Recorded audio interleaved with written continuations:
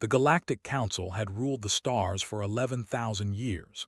17 species sat in the great crystal chamber of Nexus Station, making decisions that affected billions of lives across 1,000 worlds. They were ancient. They were powerful. They believed they had seen everything the universe could offer. They were wrong. The human ship appeared at the edge of Council space on what seemed like an ordinary day.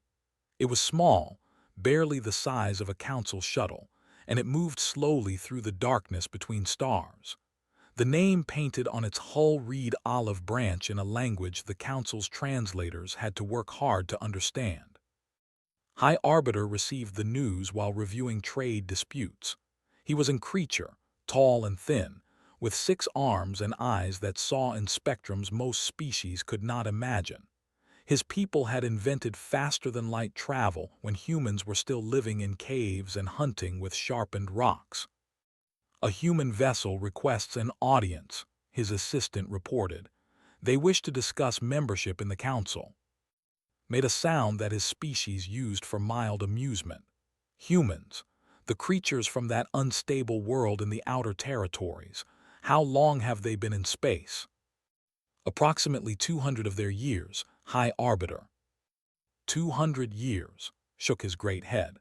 We require a minimum of 10,000 years of spacefaring civilization for membership consideration. They are children playing at being adults. Give them 12 minutes, the minimum for pre-spacefaring civilizations. They are technically spacefaring, High Arbiter. Barely 12 minutes. The human ambassador arrived the next day. Her name was Wei, and she was not what the council expected. She was small by galactic standards, with dark hair showing streaks of and warm brown eyes that seemed to find everything amusing. She had been a history professor before becoming a diplomat, and she walked into the great crystal chamber as if she belonged there. The 17 species of the council watched her approach. Some were curious, most were bored. A few were already thinking about their next meetings. Ambassador stopped before the High Arbiter's platform and bowed. It was a human gesture of respect, and it looked strange in this place where species showed submission in dozens of different ways. "High Arbiter," she said. Her voice was calm and clear. "Thank you for granting us this audience. Humanity is honored to stand before the Galactic Council." "Your honor is noted," replied. His translator made his words sound flat and formal. "You have 12 minutes to present your petition. Speak." Smiled. It was a peculiar expression that the council would come to know well in the years ahead. It showed no fear. It showed no anger. It simply suggested that she knew something they did not. "We come bearing a gift," she said. She reached into her simple jacket and produced a small crystal, no larger than her thumb. "This contains the complete archive of human culture, 40,000 years of our music, our art, our literature, our philosophy. Everything we have created, everything we have dreamed, everything we have learned about ourselves and our universe." She held it out and accepted it with 3 of his 6 hands. He passed it to an assistant without looking at it. A diplomatic gesture, nothing more. He would never actually review its contents. "A generous gift," he said without meaning it. "However, your petition for observer status must be. Humanity lacks the required history. Return in another millennium when you have proven your worth to galactic civilization." The other council members were already losing interest. Some had begun quiet conversations with their neighbors. Others were checking reports on their personal devices. The human delegation was a curiosity, nothing more. They would leave, and life would continue as it always had. But Ambassador did not leave. She stood perfectly still, that strange smile still on her face. "Of course, High Arbiter," she said. "We expected nothing less, but I have a question before we go. Have your archivists reported on the anomaly in Sector 7G yet?" The chamber went silent. Sector 7G was classified information, known only to the highest levels of council leadership. 3 cycles ago, a tear had opened in the fabric of space itself. Radiation poured through, threatening 6 inhabited systems with extinction. The Council's best scientists had studied the problem and concluded that a solution would take 40 years to develop. 600 million lives hung in the balance, and there was nothing anyone could do. Until now. How do you know about Sector 7G?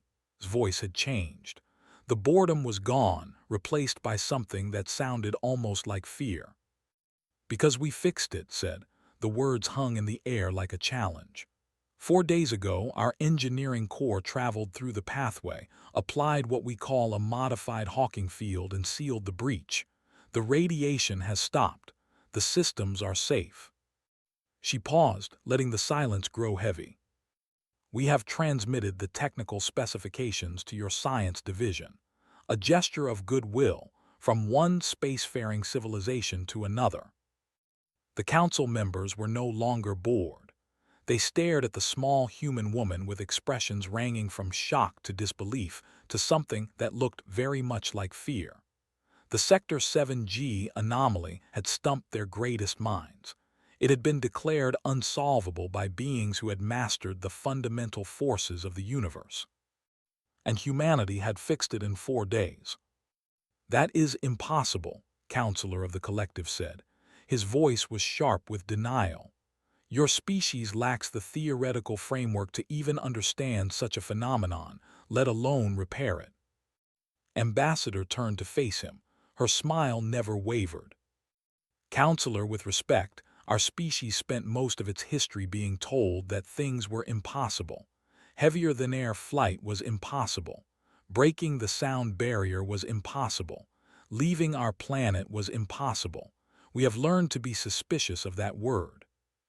She turned back to and bowed again, that same strange gesture of respect that suddenly seemed less humble and more like a predator lowering its head before it struck. We will see ourselves out, High Arbiter, until next millennium. She walked out of the chamber without looking back. Her small delegation followed in silence. The Galactic Council sat frozen for 6 hours after she left. No one spoke. No one moved. They simply stared at the empty space where the human ambassador had stood and tried to understand what had just happened. Finally, reached for the data crystal that contained human culture. He had not planned to review it. Now he found he could not look away. He began to read, and he did not stop for 3 days. When he finished, he called an emergency session of the council. His first words were simple and terrible. We have made a serious mistake. 3 years passed after humanity's first appearance before the council.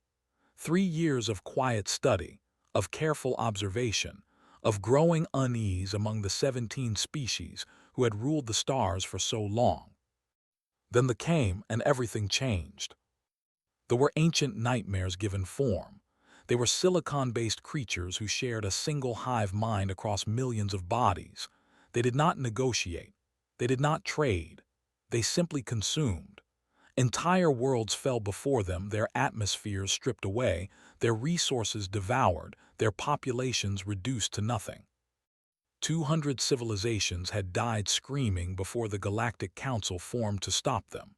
That war had lasted 3,000 years and cost more lives than any history could count. In the end, they had been pushed back to the galaxy's outer rim, wounded but not destroyed. Now they had returned. The fleet emerged from the darkness between galaxies like a swarm of metal locusts. 10,000 vessels, each one the size of a small moon, each one carrying enough firepower to crack a planet in half. They moved in perfect formation, guided by a single terrible intelligence that felt no fear and knew no mercy. High Arbiter watched the reports come in from his command center on Nexus Station. His 6 hands moved across control panels, coordinating the greatest military response in Council history. 17 species had answered the call. 11,000 years of combined military knowledge. The greatest armada ever assembled, nearly 50,000 ships representing the full might of galactic civilization. It was not enough. The Battle of Prime began on a Tuesday by Earth's calendar. It ended 9 days later with the Council fleet shattered and burning. 60% of their ships were destroyed. 3 member species lost there to orbital bombardment. The ancient peoples with histories stretching back to the dawn of the Council watched their home systems burn from refugee ships fleeing the destruction. They pushed forward. Nothing could stop them. Nothing could slow them. They consumed system after system, growing stronger with each world they devoured. Council strategists calculated total extinction within 18 months.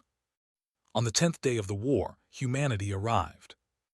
Admiral stood on the bridge of the unconquered sun, the first human dreadnought ever built. She was 53 years old, with short hair and eyes that had seen too much death to be afraid of seeing more. Behind her vessel came 200 ships of the Terran Defense Initiative, humanity's entire military fleet.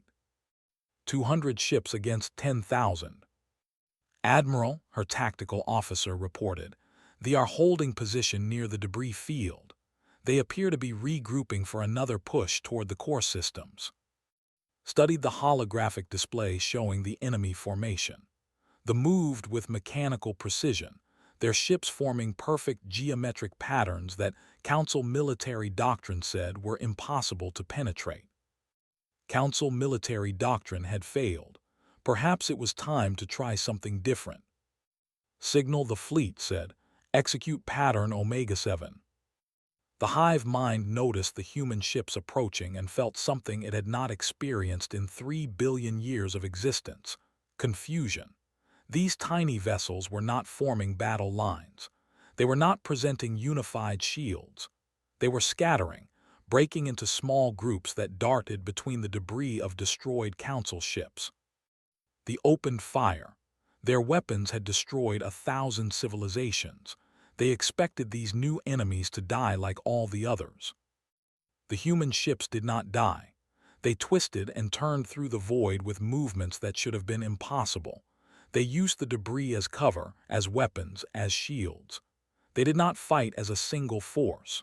They fought as individuals, each captain making decisions in moments that the hive mind took seconds to process.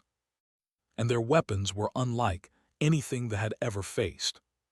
Council civilizations used energy weapons, refined over to maximum efficiency. Clean, precise, elegant. Humans used kinetic accelerators that fired tungsten rods at 12% of. When those rods hit ships, they did not simply damage them. They tore through them, creating exit wounds the size of stadiums. Humans used antimatter warheads that turned small sections of space into temporary suns.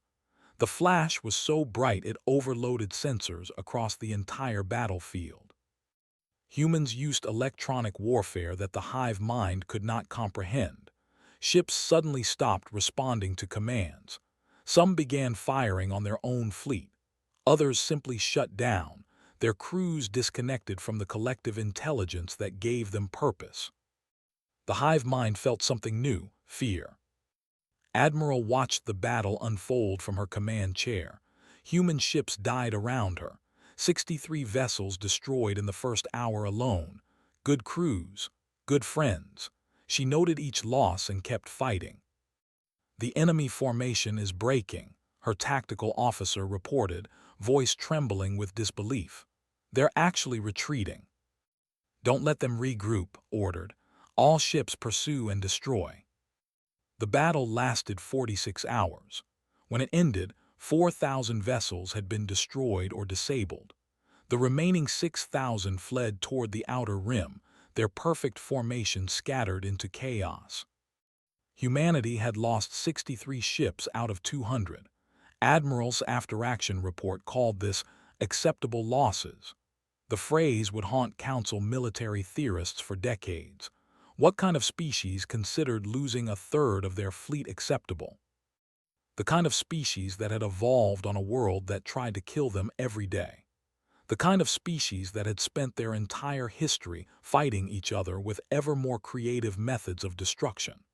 The kind of species that had learned to treat death as a negotiating partner rather than an absolute master. High Arbiter traveled personally to the unconquered sun to deliver humanity's invitation to full council membership. He found Admiral in the ship's medical bay, helping tend to wounded crew members despite her own injuries. "On behalf of the Galactic Council," he said, "I extend full membership to the human species. Your status as equals among the stars is recognized and honored." Looked up at him with tired eyes. Blood that was not her own stained her uniform. "We didn't do this for membership," she said quietly. "We did it because those were people dying out there, council people, your people, and nobody deserves to die like that." She returned to her work, leaving the High Arbiter to find his own way out.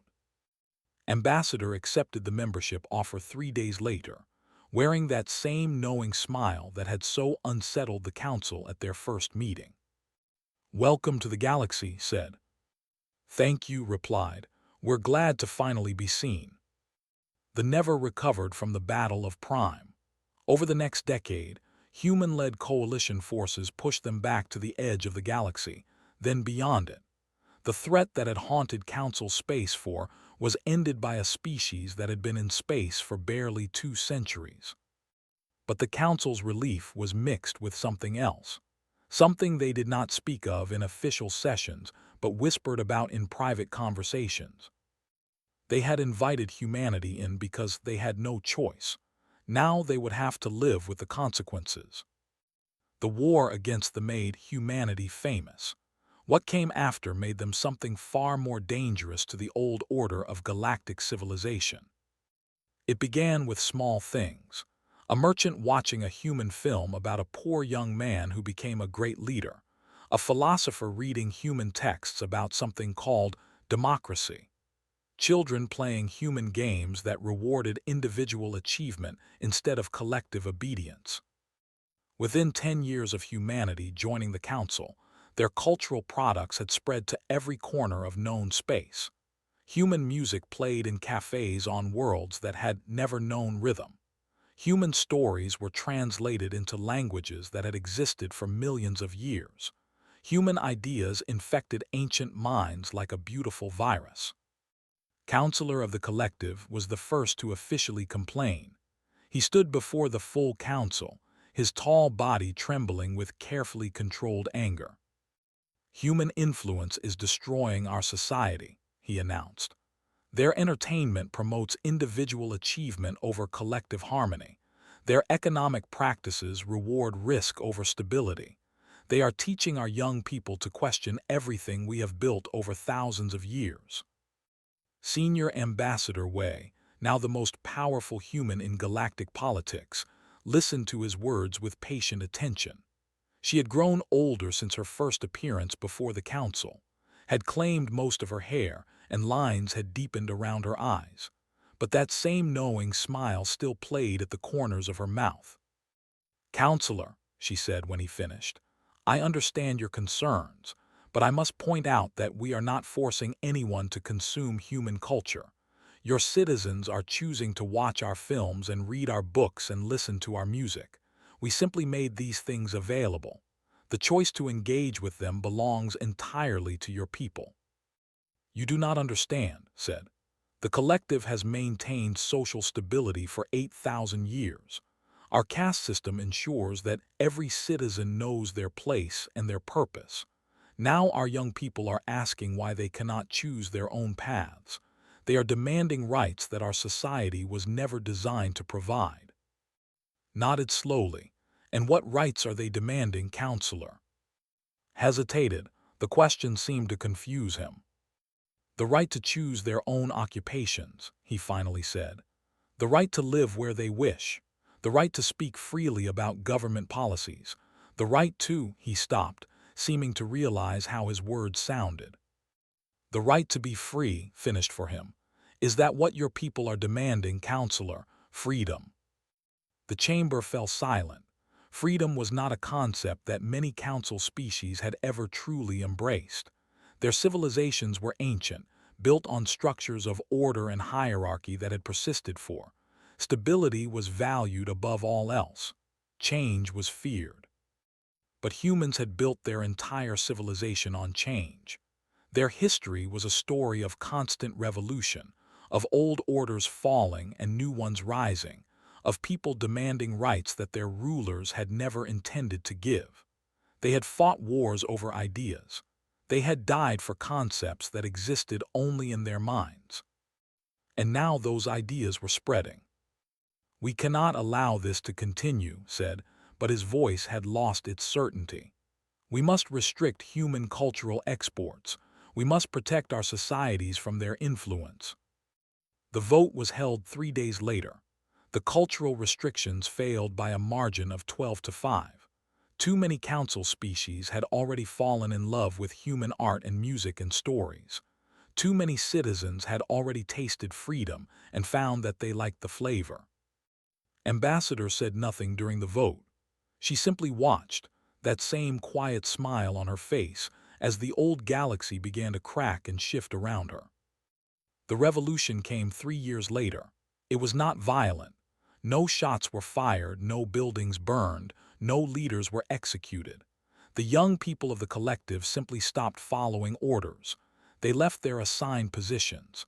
They spoke freely about their government's failures. They gathered in public squares and demanded change. The old collective government collapsed in 17 days. In its place rose a representative democracy, modeled on systems that humans had developed over centuries of trial and error. The first elected president was a young female named who had spent her childhood secretly reading human history texts.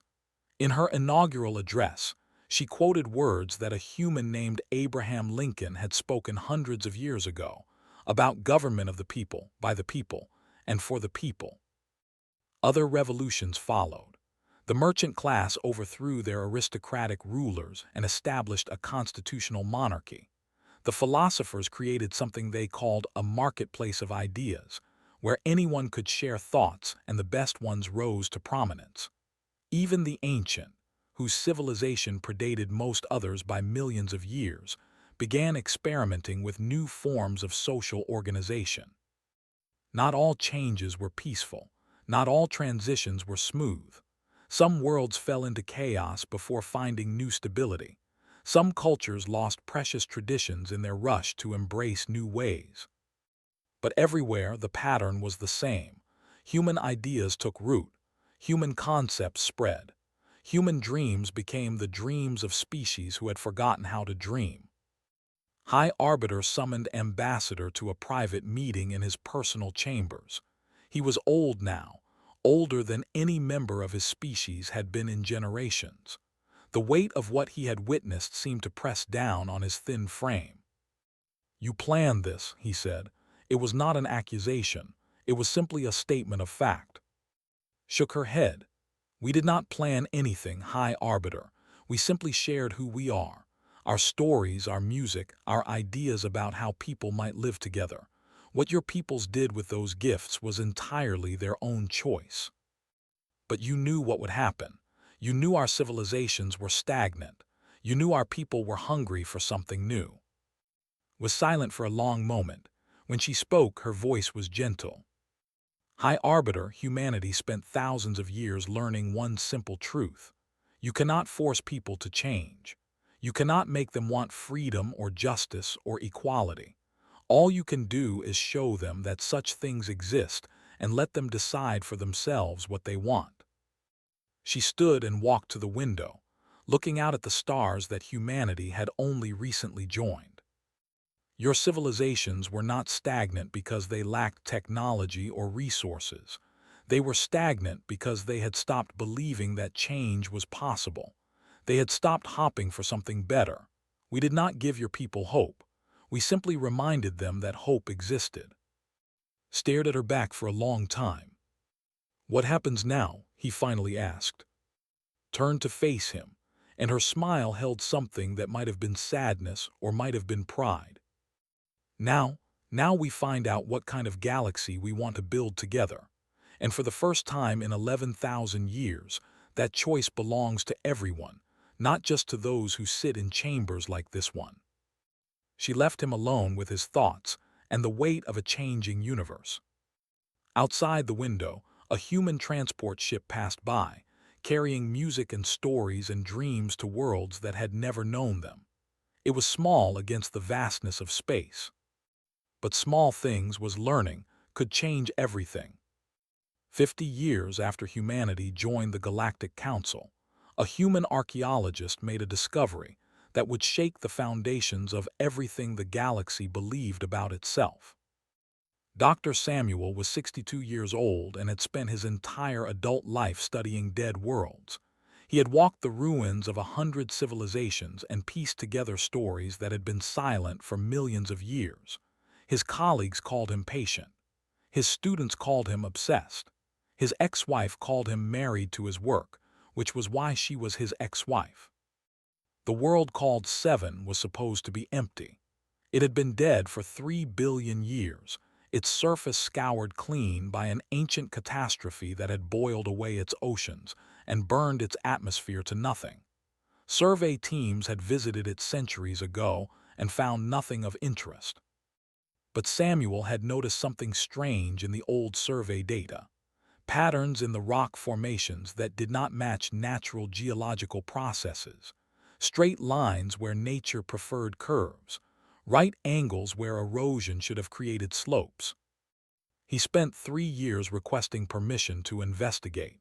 He spent another 2 years assembling a team and securing funding. He spent 6 months traveling to a world that everyone else had forgotten. What he found changed everything. Beneath the dust of 7 lay ruins, not natural formations that looked like buildings, but actual structures built by hands that had understood architecture and engineering. And within those ruins, preserved by the airless environment, were records. The builders, as the records called their creators, had been the first spacefaring civilization in the galaxy. They had achieved faster-than-light travel when the stars were young.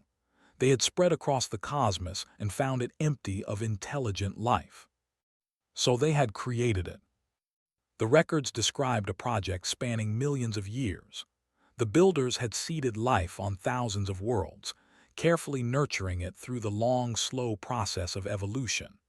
They had guided development, encouraged intelligence, and watched as new species rose from the primordial soup to reach for the stars. Every member of the Galactic Council owed their existence to the builders. The species that High Arbiter belonged to. All of them were products of the builders' ancient genetic programs. All of them had been designed, created, and guided towards civilization by beings who had vanished before recorded history began. Every species, except one. Samuel found the file labeled Planet 7842C, buried deep in the archives. The builders had surveyed it 4 billion years ago and classified it as unsuitable for development. The planet was too tectonically active. Its atmosphere was too volatile. Extinction-level events occurred too frequently. Life might evolve there, but it would never achieve stability long enough to develop intelligence. The builders had written off Planet 7842C as a lost cause and never looked at it again. Planet 7842C was Earth. The news spread across the galaxy like fire through dry grass. Council species reacted with shock, denial, anger, and fear, for they had believed themselves special, chosen, guided by ancient hands toward greatness. Now they learned they were products, manufactured, created to serve purposes that the builders had never explained. And humanity was the accident, the cosmic mistake, the species that had evolved on a world so hostile that the most advanced civilization in galactic history had declared it impossible. High Arbiter requested a private audience with Senior Ambassador.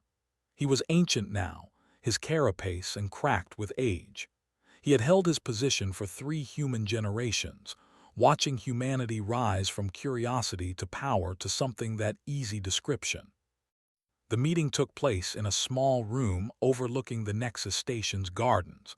Neither of them sat. They stood facing each other like old enemies who had somehow become old friends. "You knew," said, "when you first came to us, you knew we would underestimate you." was old too now, her hair completely white, her face lined with decades of impossible negotiations and impossible victories. But her eyes still held that spark of knowing amusement that had so unsettled the council at their first meeting. "We suspected," she said.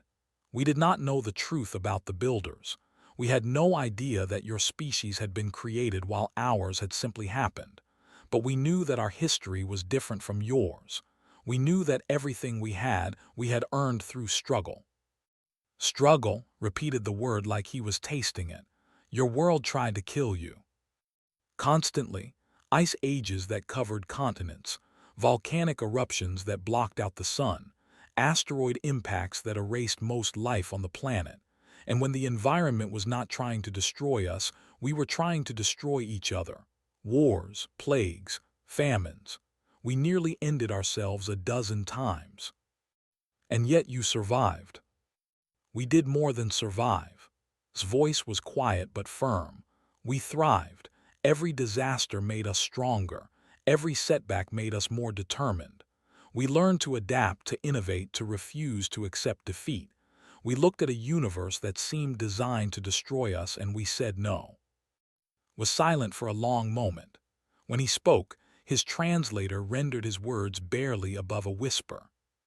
"I have spent my life believing that my species was special, that we were chosen for greatness by beings far wiser than ourselves. Now I learn that we were merely products, experiments, created according to specifications that we never knew existed."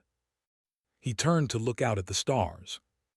"And your species arose on a world that the builders rejected. You had no guidance, no help, no design. You simply happened, and yet you have surpassed us all." Joined him at the window. The stars burned in their billions, ancient and eternal and utterly indifferent to the small creatures who gazed upon them. "High Arbiter, may I tell you what I think the difference is?" He gestured for her to continue. "Your peoples were given everything they needed to succeed. The builders designed worlds for you, created environments where you could thrive, guided your evolution toward predetermined goals. You never had to struggle for your existence. You never had to fight against impossible odds just to survive another day." She paused, choosing her next words carefully. "Humanity had none of that. We had a world that tried to kill us and no one to help us survive. So we learned to help ourselves. We learned that nothing would be given to us, that everything had to be earned, that the universe owed us nothing, and we had to take whatever we wanted." "That made you dangerous," said. "Yes, but it also made us creative. It made us adaptable. It made us refuse to accept limits that others told us were absolute." Smiled, and for a moment she looked like the young ambassador who had first walked into the council chamber 50 years ago. The builders thought Earth was impossible. They were wrong. And if they were wrong about that, what else might be possible that everyone has been told is not? Considered her words for a long time. Finally, he spoke. "What happens to us now, to the created species? Do we simply accept that we are inferior, that we can never match what humanity has achieved?" Shook her head firmly. "High Arbiter, you are not inferior. You are different. The builders gave you gifts that humanity never received. Stable worlds, guided evolution, civilizations that did not have to claw their way up from nothing. Those are not weaknesses. They are simply different paths to the stars." She placed a weathered hand on his thin arm. "The question is not whether you can be like humanity. The question is what you will become now that you know the truth. Now that you understand that the builders are gone and the future belongs to whoever is bold enough to claim it." Outside the window, the galaxy turned slowly in the eternal darkness. Somewhere out there, the ruins of Seven still held their secrets. Somewhere out there, the truth about the builders waited to be fully understood. But in this small room, two old beings from different worlds stood together and looked toward a future that neither of them could predict. It was, thought, exactly the kind of future that humanity had always preferred. 200 years after first contact, Humanity had become something that the galaxy could not ignore even if it wanted to. Human colonies dotted every arm of the Milky Way. Trillions of human beings lived and worked and dreamed on worlds that their ancestors could never have imagined. Human corporations drove galactic commerce. Human universities trained the minds of 100 species. Human art and philosophy had become the common cultural language of civilization that had once looked down on the young species from that unstable world in the outer territories.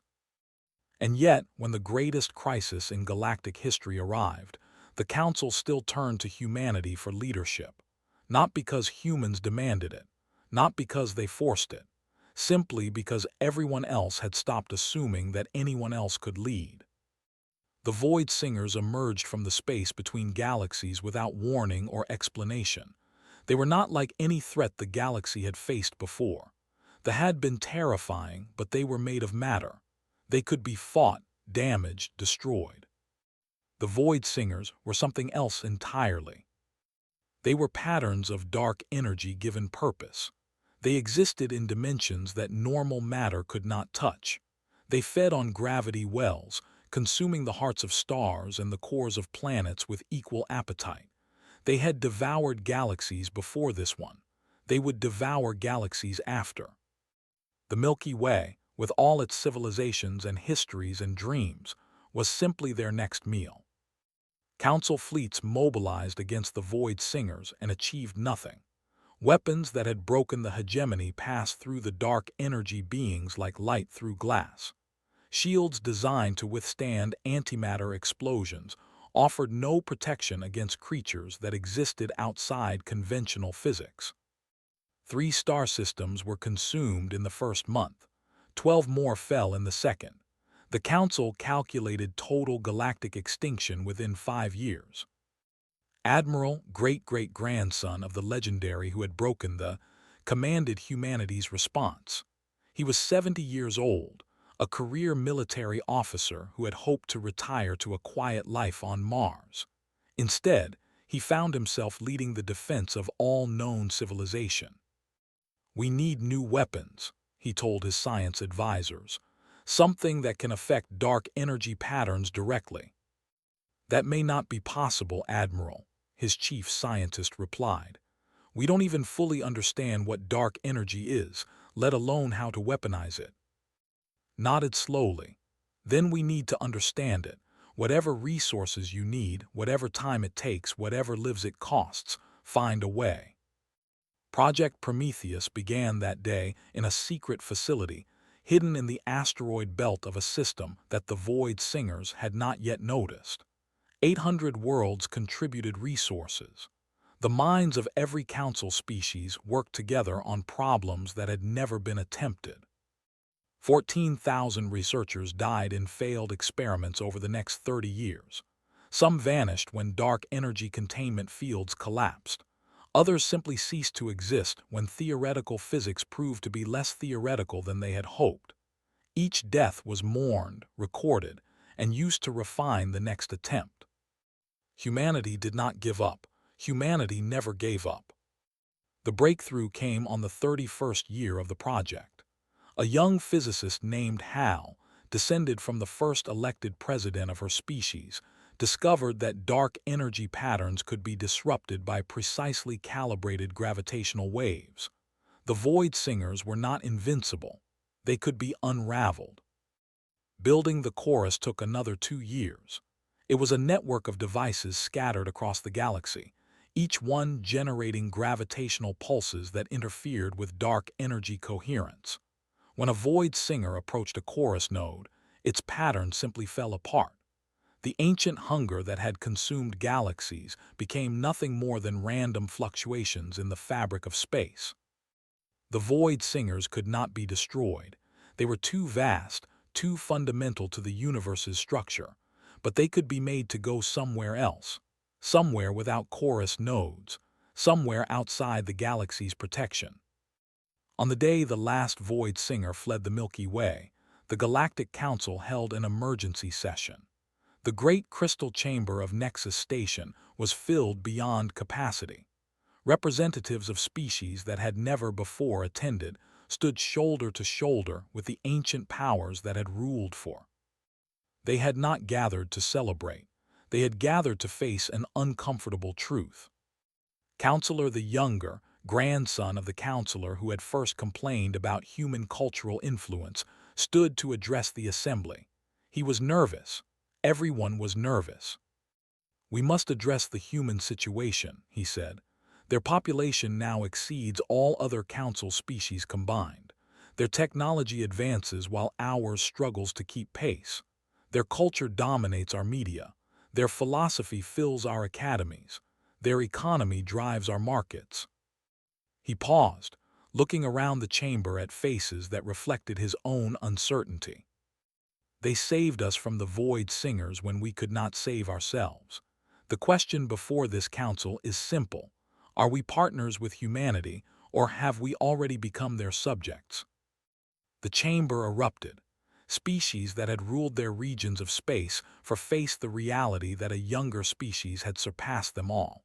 Some demanded restrictions on human expansion. Others proposed surrender to the inevitable. Still others called for war, though everyone knew such a war could not be won. The human delegation sat in silence through 6 hours of debate. Ambassador, named for her famous ancestor, was now an elder stateswoman who had represented humanity for 4 decades. She waited until every voice had exhausted itself before rising to speak. "My friends," she said, and the chamber fell silent, "you ask the wrong question." She walked to the center of the chamber, her step slow but steady. All eyes followed her. "You ask whether humanity rules or serves, but that is the thinking of the old galaxy, the galaxy before you knew us, before we knew you." She gestured to the viewing ports where stars burned against the eternal darkness. "Humanity does not want to rule you. We never did. We simply wanted to be seen, to be heard, to be respected as equals. You gave us that eventually. Now we offer you the same thing we have always offered." She turned in a slow circle, meeting the eyes of representatives from 100 different species. Partnership, friendship, the chance to grow together, to face whatever comes next together. We are not your masters, we are not your servants. We are your family whether we share blood or not. Her voice grew softer, but somehow carried to every corner of the great chamber. "The question is not whether humanity is too powerful to ignore. That question was answered long ago. The question is whether we are wise enough, all of us together, to use that power well. And that question, my friends, we must answer together."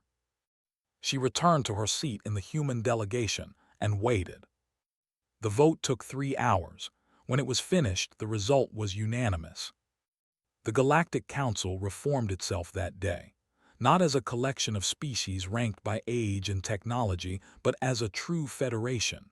Equal voices for all members, shared responsibility for shared challenges, a common future built by common effort. Historians would mark that session as the birth of the Second Galactic Age, the age when the galaxy stopped being a collection of competing civilizations and became something greater, something unified, something capable of facing any challenge that the universe might send. Outside the crystal chamber, human ships moved among vessels from 100 other worlds. They were no longer strange. They were no longer frightening. They were simply part of the great fleet that protected all of civilization. Ambassador watched them through the viewing port and smiled. It was the same smile her ancestors had worn, all the way back to that first ambassador who had walked into this chamber 200 years ago with nothing but a data crystal and a dream. Humanity had not come to the stars to conquer. They had come to find their place among the infinite. And in finding that place, they had helped the entire galaxy find something it had lost long ago. Hope, purpose, the belief that tomorrow could be better than today. The stars burned on, ancient and eternal, but they no longer burned for a galaxy that feared the future. They burned for a galaxy that was ready to embrace it. Together,